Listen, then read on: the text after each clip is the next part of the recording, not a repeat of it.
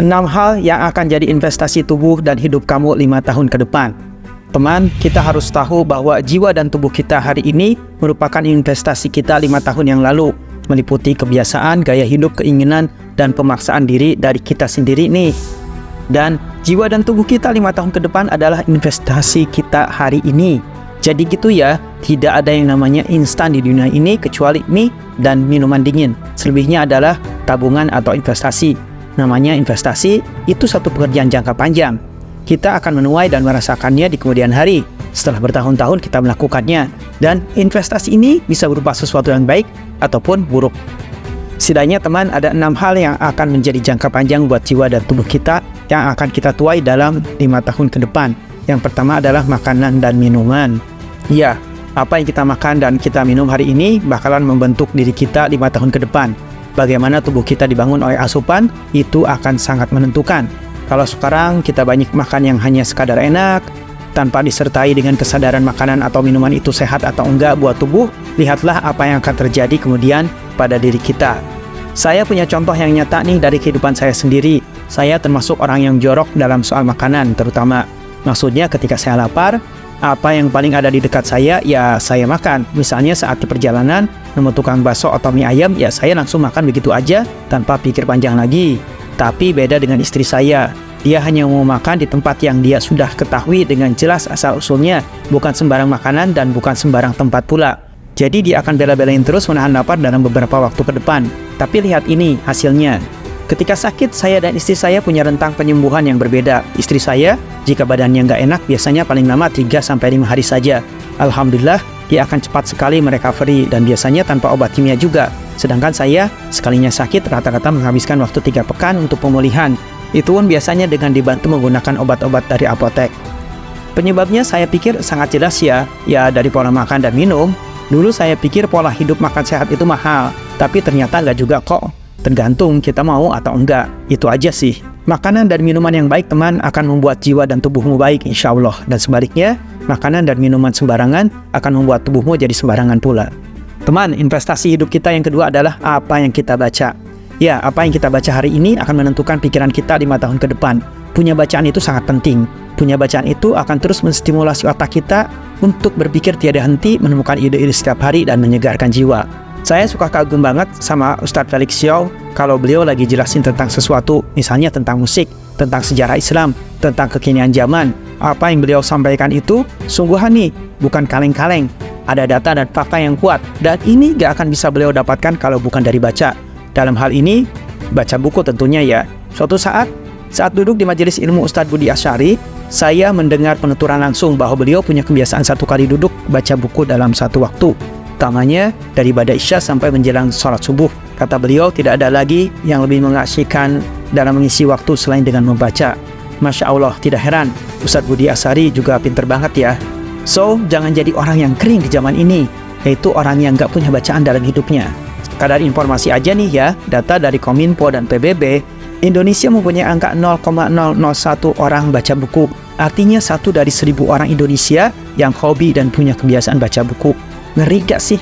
Investasi hidup kita yang ketiga adalah apa yang kita dengar.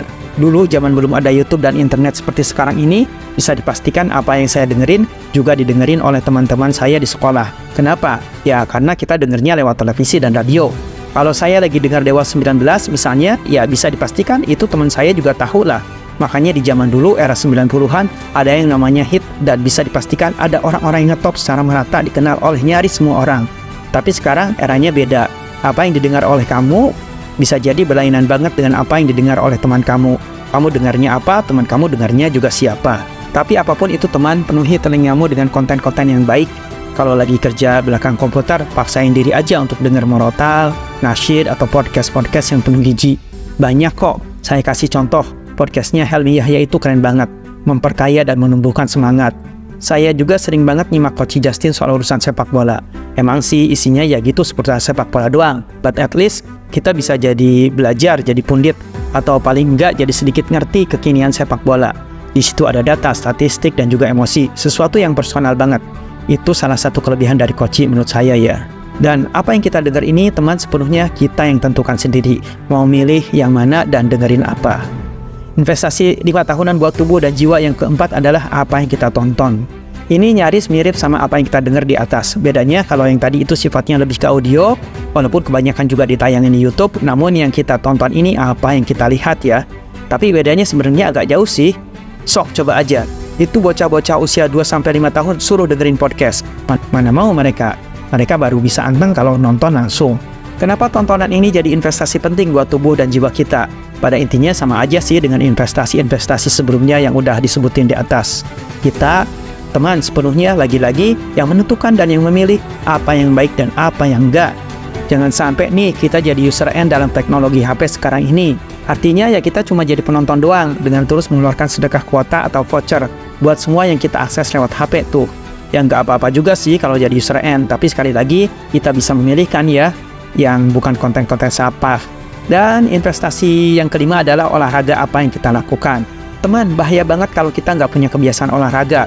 Kalau kamu berpikir tubuh kamu baik-baik saja sekarang ini, karena kamu nggak butuh olahraga dan karena kamu masih muda juga, konsepnya nggak begitu. Somehow, tubuh kita ini perlu gerak secara teratur. Bahkan kalau kita simak penuturan ahli kesehatan, itu geraknya malah mesti tiap hari. Guru saya pernah bilang, dan mungkin sering saya ulang-ulang nih, bahwa orang yang nggak bisa menyisihkan waktunya untuk berolahraga sekarang, maka harus menyediakan waktu untuk merawat tubuhnya di kemudian hari, atau di hari tuanya. Jadi sehat itu ya banyak variabel caranya sih. Olahraga itu harus, bahkan bila perlu, paksakan. Yang terakhir atau yang keenam, teman, investasi jangka panjang buat tubuh dan jiwa adalah teman-teman kita.